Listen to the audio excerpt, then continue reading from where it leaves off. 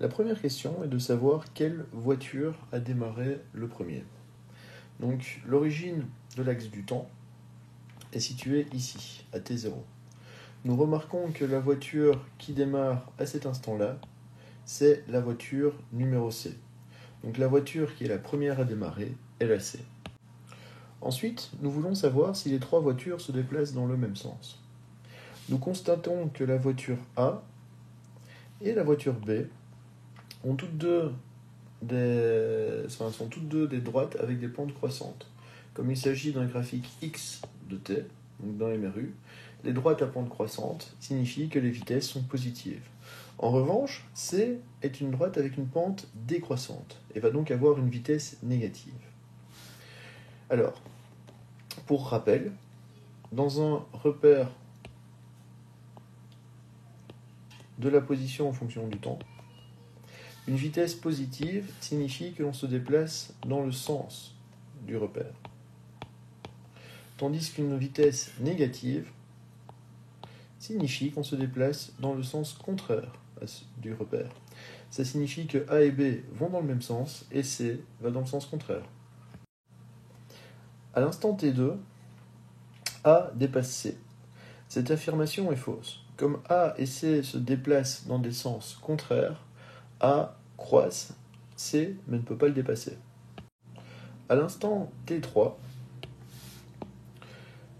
C ne démarre pas, C arrive sur l'origine de l'axe des X. Nous avons déjà vu que C démarrait à l'instant T0. À l'instant T4, A dépasse B.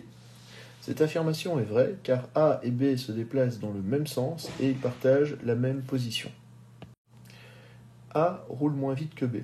De nouveau, cette affirmation est fausse.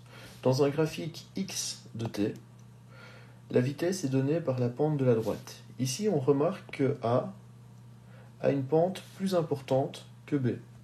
La vitesse de A est donc supérieure à la vitesse de B. À l'instant T3, B est plus près de A que de C. À l'instant T3, on remarque que la distance qui sépare A et B est celle-ci, donc relativement petite.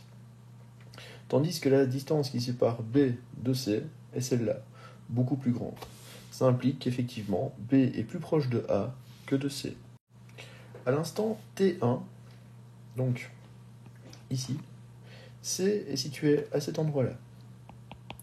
Depuis le départ, C a donc parcouru cette distance-ci. À l'instant T1, A est situé ici et n'a donc parcouru que cette distance-là.